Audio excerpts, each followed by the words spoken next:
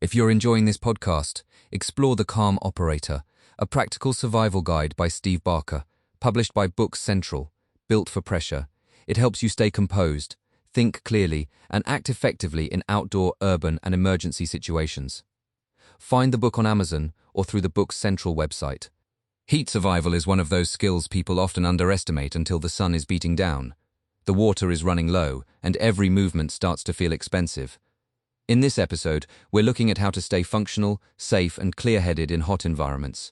Whether you're hiking, working outdoors, dealing with a power outage, or facing a much more serious survival situation, the goal is not to tough it out. The goal is to reduce heat strain, protect your body, and make smart decisions before heat takes the wheel. The first priority in heat survival is understanding how the body loses its ability to cool itself.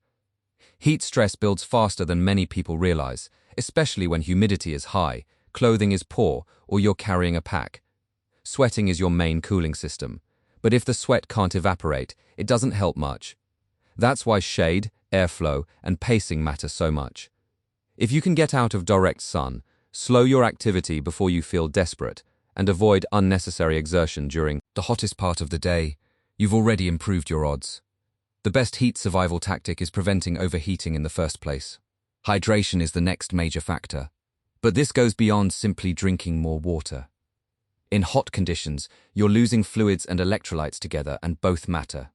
Small, regular sips are usually better than chugging a huge amount all at once. If you're sweating heavily for hours, replacing salts becomes important too, because water alone won't always keep you balanced. Clear or pale urine is often a useful sign that you're staying ahead of dehydration, but don't wait for thirst to tell you what to do. By the time you feel truly thirsty, you may already be behind. In real heat survival, water management is a discipline, not a reaction. Clothing and shelter are the third piece of the puzzle. Light-colored, loose-fitting clothing can help reflect sunlight and allow airflow, while tightly woven fabrics can protect against sunburn and reduce radiant heat. A hat with a brim, neck protection, and sunglasses can make a huge difference over a long day. If you have access to a tarp, tree cover, or any improvised shade, use it. Even a small reduction in direct solar exposure can lower your core temperature enough to keep you moving and thinking clearly. When you stop to rest, find the coolest available spot and let your body recover before the next effort. Finally, you need to know the warning signs of trouble. Heat exhaustion can show up as heavy sweating, weakness, dizziness, headache, nausea, cramps, or confusion. Heat stroke is more dangerous and can become life-threatening fast. If someone stops sweating, becomes disoriented, faints, or has hot skin and a high body temperature, treat it as an emergency. Get them into shade, cool them aggressively with water and airflow, and call for help immediately.